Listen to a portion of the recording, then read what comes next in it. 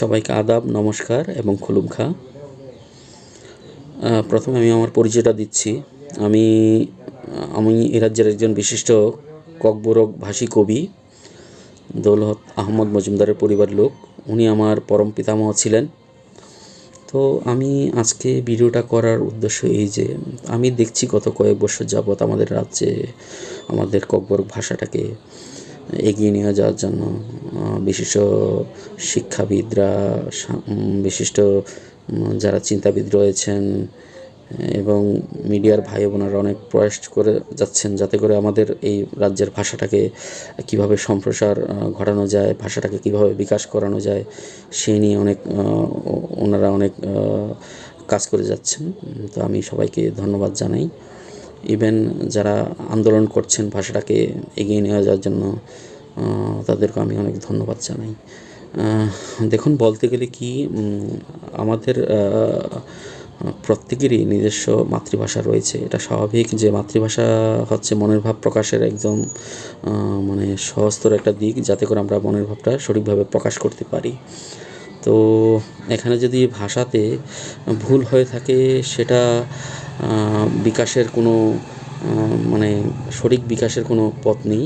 তো এখানে আমি দেখেছি আমরা যখন ককবরক ভাষাটাকে শুদ্ধভাবে বাংলাতে উচ্চারণ করতে যাই বা লিখতে যাই, কিছু কিছু শব্দ আছে যেটাকে বাংলাতে সঠিকভাবে উচ্চারণ করা যায় না বা লেখা যায় না, যাতে করে এখানে মানে যে ভাষাটার বিকাশে এখানে একটা ব্যাঘাত ঘটে যায়, যাতে করে আমরা শুদ্ধ ভাষাটাকে শিখতে পারছি না, যে শুদ্ধ শব্দটা সেটা আমাদের শেখা হচ্ছে না, যাতে করে আমাদের ভাষার বিকাশে ব্যাঘাত ঘটছে। তো আমি বলবো যে যাতে করে এই ভাষাটাকে রোমান স্ক্রিপ্টে ব্যবহার করানো হয়, যেখানে অনেক চিন্তাবিদরা দেখেছেন বা ভাষাবিদরা দেখেছেন, শিক্ষাবিদরা দেখেছেন যে রোমান স্ক্রিপ্টে করলে ভাষাটা এখানে ভুলটা কম থাকে, এখানে ভুলের পরিমাণটা কম থাকে। এখানে সঠিকভাবে পরিমাণ কম বলতে কি মানে ভুলটাকে ধরা যায় না, মানে সঠিক উচ্চারণটাই বেরিয়ে আসে রোমান স্ক্রিপ্ট করলে, এটাকে রোমান স্ক্রিপ্টে লেখা হলে। তো এটা মানে বিভিন্ন ভাষাবিদরা, চিন্তাবিদরা, যারা শিক্ষাবিদরা রয়েছেন তারা এটা আলোচনা করেছেন, এটা দেখেছেন, যাতে করে ভাষার শুদ্ধ রূপটাই ব্যবহার করানো হয়, যাতে করে ভাষার বিকাশ ঘটে, যাতে মনের ভাব আমরা বিকশিত করতে পারি, মনের ভাবটাকে প্রকাশ করতে পারি। সে নিয়ে আমাদের মেইন এখন যে আলোচনা। তো আমি বলবো যাতে করে রাজ্য সরকারের উপর একটা বিশেষ গুরুত্ব দেন, যাতে ভাষাটাকে সঠিকভাবে ব্যবহার করা হয়, যাতে ভাষাটাকে অনেক দূর এগিয়ে নিয়ে যাওয়া যায়। সেই জন্য ওনারা মানে দীর্ঘ সময় ধরে চেষ্টা করে যাচ্ছেন।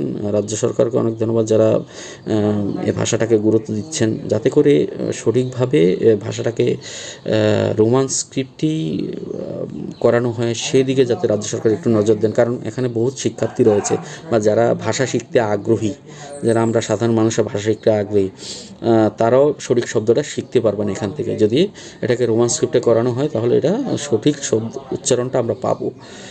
তাতে করে কি আমাদের সুবিধা হবে শিখতে, ভাষাটাকে জানতে, সঠিক উচ্চারণ করতে।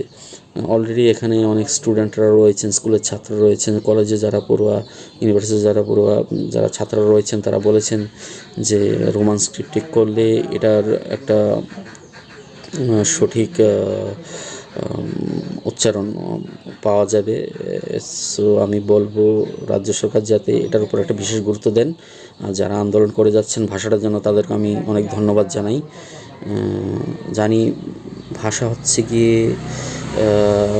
মানুষের মনের ভাব প্রকাশ করার একটা মেন হাতিয়ার, বস্ত্র যেটাকে বলে মানুষের মনের ভাবটাকে প্রকাশ করা যায়।